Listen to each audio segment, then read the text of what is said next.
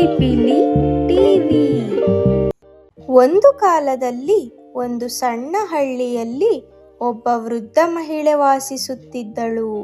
ಅವಳಿಗೆ ತುಂಬಾ ವಯಸ್ಸಾಗಿತ್ತು. ಅವಳ ಕೂದಲು ಬೆಳ್ಳಿಯಂತೆ ಹೊಳೆಯುತ್ತಿತ್ತು. ಅವಳ ಕಣ್ಣುಗಳು ತುಂಬಾ ಪ್ರಕಾಶವಾಗಿದ್ದವು ಮತ್ತು ದಯೆಯಿಂದ ತುಂಬಿಕೊಂಡಿದ್ದವು. ಹಳ್ಳಿಯ ಎಲ್ಲರೂ ಅವಳನ್ನು ತುಂಬಾ ಪ್ರೀತಿಸುತ್ತಿದ್ದರು, ಏಕೆಂದರೆ ಜೀವನದಲ್ಲಿ ಎಷ್ಟು ಕಷ್ಟ ಬಂದರೂ ಅವಳು ಯಾವಾಗಲೂ ಸಂತೋಷದಿಂದ ಇರುತ್ತಿದ್ದಳು. ಅವಳು ದೊಡ್ಡ ಆಲದ ಮರದ ಹತ್ತಿರ ಇರುವ ಒಂದು ಸಣ್ಣ ಮನೆಯಲ್ಲಿ ಒಬ್ಬಳೇ ವಾಸಿಸುತ್ತಿದ್ದಳು. ಅವಳಿಗೆ ಮಕ್ಕಳೂ ಇರಲಿಲ್ಲ ಮತ್ತು ಅವಳ ಗಂಡ ಹಲವು ವರ್ಷಗಳ ಹಿಂದೆ ಸಾವನ್ನಪ್ಪಿದ್ದನು. ಆದರೂ ಅವಳು ಯಾವತ್ತೂ ದೂರು ಹೇಳಲಿಲ್ಲ. ಅವಳು ಆಲದ ಮರದ ಕೆಳಗೆ ಕುಳಿತು ಜನರೊಂದಿಗೆ ಮಾತನಾಡುತ್ತಾ ಯಾವಾಗಲೂ ನಗುತ್ತಿರುತ್ತಿದ್ದಳು. ಆ ಹಳ್ಳಿಯಲ್ಲಿ ಜನರು ತುಂಬಾ ಕಷ್ಟಪಟ್ಟು ಕೆಲಸ ಮಾಡುತ್ತಿದ್ದರು. ಕೆಲವರು ರೈತರು, ಕೆಲವರು ಮರದ ಕೆಲಸ ಮಾಡುವವರು, ಇನ್ನೂ ಕೆಲವರು ಸಣ್ಣ ಮಾರುಕಟ್ಟೆಯಲ್ಲಿ ಕೆಲಸ ಮಾಡುತ್ತಿದ್ದರು. ಕೆಲವೊಮ್ಮೆ ಮಳೆ ಬರದೆ ಬೆಳೆಗಳು ಒಣಗುತ್ತಿದ್ದವು. ಕೆಲವೊಮ್ಮೆ ಜನರು ಅಸ್ವಸ್ಥರಾಗುತ್ತಿದ್ದರು ಮತ್ತು ಕೆಲಸಕ್ಕೆ ಹೋಗಲು ಆಗುತ್ತಿರಲಿಲ್ಲ. ಜೀವನ ಸುಲಭವಾಗಿರಲಿಲ್ಲ. ಹಳ್ಳಿಯ ಹಲವಾರು ಜನರು ದುಃಖದಲ್ಲಿಯೂ ಚಿಂತೆಯಲ್ಲಿಯೂ ಇರುತ್ತಿದ್ದರು. ಒಂದು ದಿನ ರಾಧಾ ಎಂಬ ಯುವತಿ ಆ ವೃದ್ಧೆಯ ಬಳಿಗೆ ಬಂದಳು. ರಾಧಾ ತುಂಬಾ ಅಳುತ್ತಿದ್ದಳು. ಅವಳ ಮುಖದಲ್ಲಿ ಚಿಂತೆ ಸ್ಪಷ್ಟವಾಗಿತ್ತು. ಅವಳು ಹೇಳಿದಳು, ನಾನು ಏನು ಮಾಡಬೇಕು ಎಂದು ತಿಳಿಯುತ್ತಿಲ್ಲ. ನನ್ನ ಗಂಡ ಕೆಲಸ ಹುಡುಕಲು ನಗರಕ್ಕೆ ಹೋಗಿದ್ದಾನೆ, ಆದರೆ ಅವನು ಇನ್ನೂ ಹಣ ಕಳುಹಿಸಿಲ್ಲ. ನನ್ನ ಮಕ್ಕಳಿಗೆ ಹಸಿವು ಇದೆ. ನನಗೆ ತುಂಬಾ ಭಯವಾಗುತ್ತಿದೆ.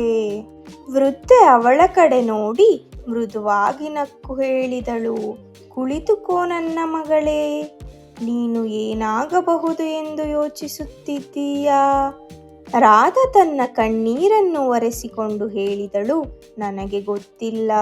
ನನಗೆ ಕೆಟ್ಟದ್ದೇ ಆಗಬಹುದು ಅನ್ನಿಸುತ್ತಿದೆ. ನನ್ನ ಗಂಡನಿಗೆ ಕೆಲಸ ಸಿಗದಿದ್ದರೆ, ಅವನು ನಮ್ಮನ್ನು ಮರೆತು ಬಿಟ್ಟರೆ?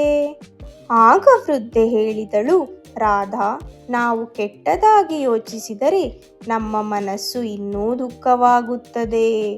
ಆದರೆ ನಾವು ಒಳ್ಳೆಯದಾಗಿ ಯೋಚಿಸಿದರೆ ನಮ್ಮ ಮನಸ್ಸು ಹಗುರವಾಗುತ್ತದೆ. ಕೆಲವೊಮ್ಮೆ ಒಳ್ಳೆಯ ಸಂಗತಿಗಳು ಕೂಡ ಆಗುತ್ತವೆ. ರಾಧಾ ಕೇಳಿದಳು, ಆದರೆ ಎಲ್ಲವೂ ಕೆಟ್ಟದಾಗಿರುವಾಗ ನಾನು ಹೇಗೆ ಒಳ್ಳೆಯದಾಗಿ ಯೋಚಿಸಬಹುದು? ಆಗ ವೃದ್ಧೆ ಮತ್ತೆ ನಕ್ಕು ಹೇಳಿದಳು, ನಿನಗೆ ಒಂದು ಕತೆ ಹೇಳುತ್ತೇನೆ. ರಾಧಾ ಆಸಕ್ತಿಯಿಂದ ಅವಳ ಕಡೆ ನೋಡಿದಳು. ವೃದ್ಧೆ ಕತೆ ಪ್ರಾರಂಭಿಸಿದಳು. ಒಬ್ಬ ಬಡ ಮನುಷ್ಯ ಇದ್ದನು. ಅವನ ಬಳಿ ಏನೂ ಇರಲಿಲ್ಲ. ಆಹಾರವೂ ಇರಲಿಲ್ಲ, ಹಣವೂ ಇರಲಿಲ್ಲ, ಕುಟುಂಬವೂ ಇಲ್ಲ. ಅವನು ನದಿಯ ತೀರದಲ್ಲಿ ಕುಳಿತು ಅಳುತ್ತಿದ್ದನು.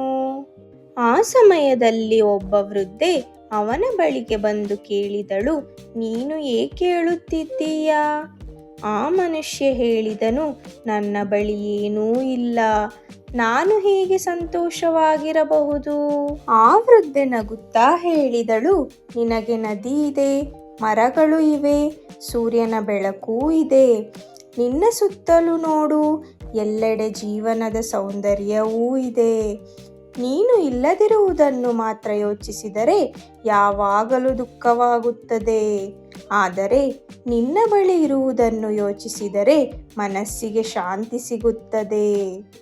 ವೃದ್ಧೆಯ ಮಾತುಗಳನ್ನು ಕೇಳಿದ ಆ ಮನುಷ್ಯ ನಿಧಾನವಾಗಿ ಅವನು ಅಳುವುದನ್ನು ನಿಲ್ಲಿಸಿದನು. ತನ್ನ ಸುತ್ತಲಿನ ಒಳ್ಳೆಯ ಸಂಗತಿಗಳನ್ನು ಗಮನಿಸಲು ಪ್ರಾರಂಭಿಸಿದನು. ಆ ದಿನದಿಂದ ಅವನ ಜೀವನ ನಿಧಾನವಾಗಿ ಬದಲಾಗತೊಡಗಿತು.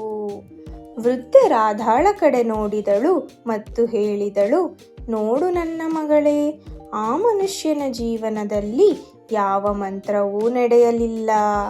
ಅವನು ತನ್ನ ಯೋಚನೆಯನ್ನು ಬದಲಾಯಿಸಿದ್ದರಿಂದ ಅವನ ಜೀವನ ಬದಲಾಗಿದೆ. ನಾವು ಸಕಾರಾತ್ಮಕವಾಗಿ ಯೋಚಿಸಿದರೆ ನಮ್ಮ ಮನಸ್ಸು ಹಗುರವಾಗುತ್ತದೆ ಮತ್ತು ಸಮಸ್ಯೆಗಳನ್ನು ಎದುರಿಸಲು ಶಕ್ತಿ ಸಿಗುತ್ತದೆ.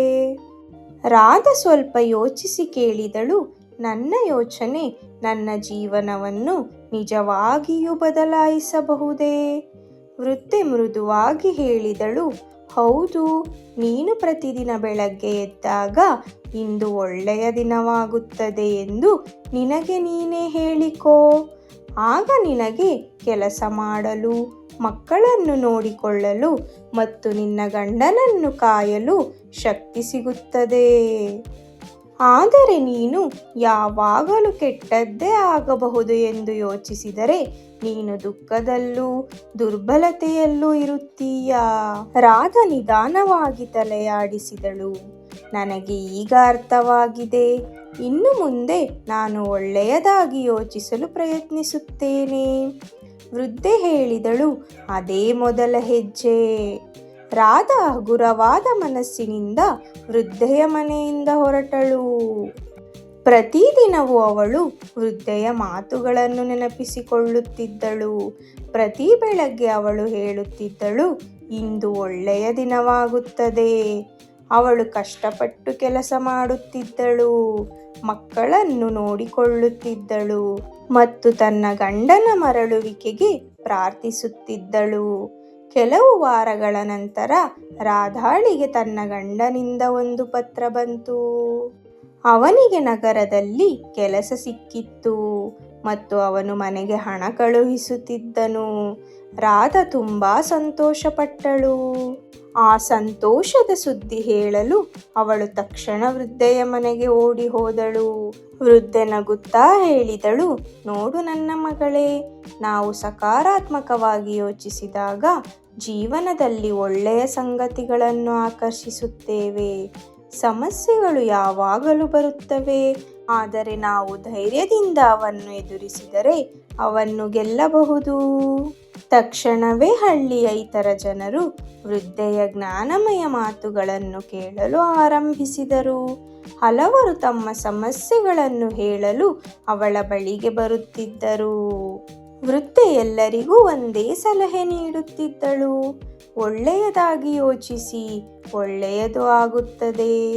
ಹಳ್ಳಿಯ ಜನರು ಅವಳನ್ನು ಇನ್ನಷ್ಟು ಪ್ರೀತಿಸಲು ಆರಂಭಿಸಿದರು. ಅವಳು ಅವರಿಗೆ ಒಂದು ದೊಡ್ಡ ಪಾಠ ಕಲಿಸಿದ್ದಳು. ಈ ಕತೆ ನಿಮಗೆ ಇಷ್ಟವಾದರೆ ವಿಡಿಯೋಗೆ ಲೈಕ್ ಮಾಡಿ, ಚಾನಲ್ ಸಬ್ಸ್ಕ್ರೈಬ್ ಮಾಡಿ ಮತ್ತು ನಿಮ್ಮ ಸ್ನೇಹಿತರ ಜೊತೆ ಶೇರ್ ಮಾಡಿ. ಮತ್ತೊಂದು ಹೊಸ ಕಥೆಯೊಂದಿಗೆ ಭೇಟಿಯಾಗೋಣ. ಧನ್ಯವಾದಗಳು.